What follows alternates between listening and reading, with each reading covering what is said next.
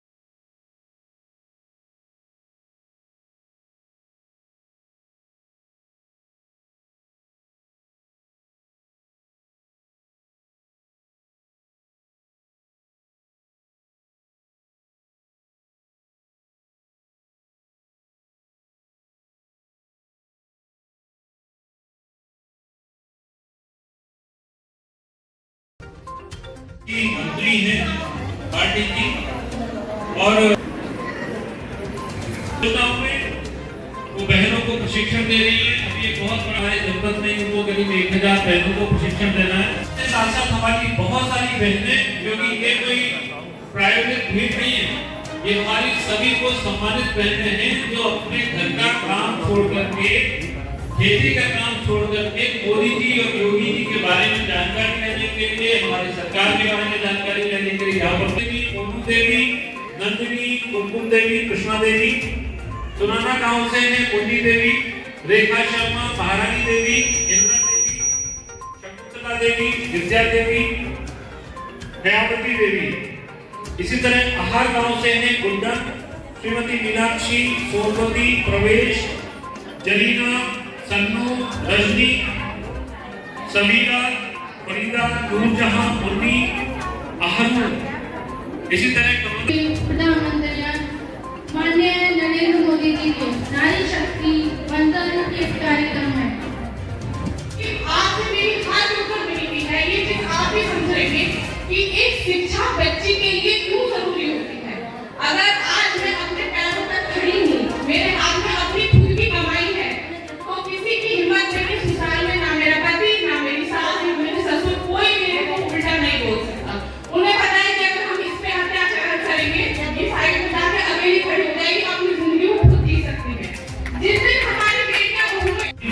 जोरदार ताली के साथ मैं मीनाक्षी बराला जी को आमंत्रित करती हूँ। हमारी ममता शर्मा जमराव से, आशु रानी जटवाई से, पुष्पा शर्मा रोहटा से, मधुबाला रोहटा से, शिखाजी गढ़पुरा से, मीनक चौधरी लखोई से, मीनाक्षी भोजपुर से, सरस्वती जी ज्ञान ज्योति से, दिशा ज्ञान ज्योति से, इसके साथ ही कालकपुर गांव से ज्योति, काजल, सुरभि, रामपाल जी धन्यवाद। इस मंडल की अध्यक्षा मेरी छोटी बहन आकांक्षा जी, इस मंच पे उपस्थित पूजा गोयल जी, गुप्ता, रितु शर्मा, कनक राजपूत, राजो देवी, लता मलिक, रीता हरवीर लोधी, सर्वेश वर्मा, ज्योति बंसल, एक नारी वो नहीं है अपने घर में भाई, वो भाई, और जो मेरे सामने दुर्गाएं बैठे, इस सारी दुर्गा माँ की, जो मंच पे दुर्गा बैठी है, इन दुर्गाओं की, अब तो मोदी जी ने भी मान ली। आज हम बात करेंगे सबसे पहले कि बहनों ने बताया ज्योति जी ने क्या क्या किया, उज्ज्वला दिया, ये दिया, वो दिया, ये सही बात बताती हूँ ना, लेकिन जो सबसे जरूरी चीज है वो दिया उन्होंने रोजगार। क्या दिया महिलाओं को? तो कौन कौन महिला रोजगार करना चाहती है, हाथ उठाए। जब तक योगी मोदी आपके बीच में हैं, आप लोग सुरक्षित हो।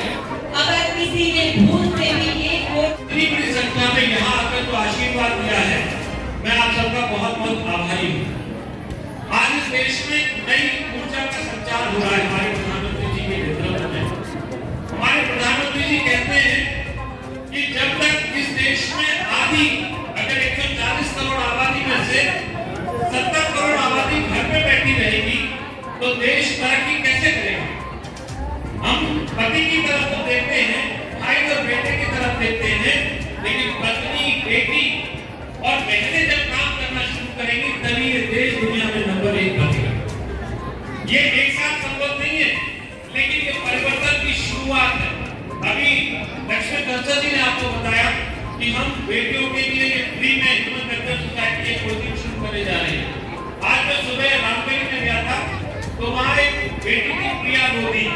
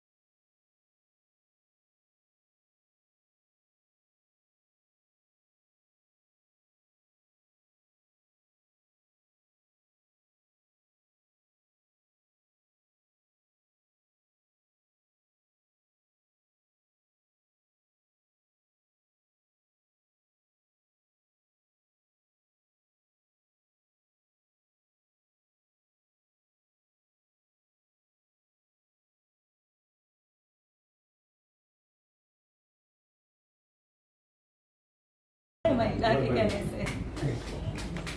महिलाओं के कार्यक्रम को लेकर किस प्रकार सरकार जागरूक हो रही है दिन प्रतिदिन, और जिस तरीके की सुरक्षा व्यवस्था के इंतजाम किए हैं नारी के लिए, जैसे बताया जा रहा है 30 से 40% तक महिला आरक्षण प्रत्येक डिपार्टमेंट में दिया जा रहा है, तो क्या संदेश देना चाहिए सरकार द्वारा?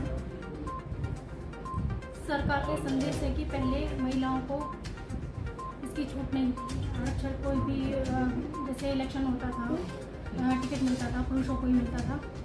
अब वो महिलाओं को मोदी जी ने और योगी जी ने पूरी महिलाओं को प्रायोरिटी दी है कि वो उनको टिकट मिले, और महिलाओं के टिकट मिलने से उनके MP MLA बनने से काफ़ी देश की अर्थव्यवस्था सुधरेगी, क्योंकि पहले महिलाओं को उतनी सुरक्षा भी नहीं थी।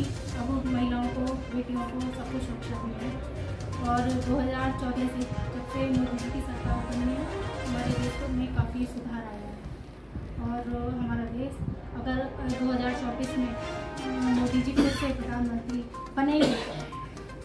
बनेंगे ही, तो हमारा देश विश्व में सबसे आगे होगा। विधायक जी, नगर पालिका जहांगीराबाद में जो नारी सशक्तिकरण को लेकर कार्यक्रम किया गया है, अनेक महिलाएं जागरूक हुई हैं, किस प्रकार कार्यक्रम रहा है?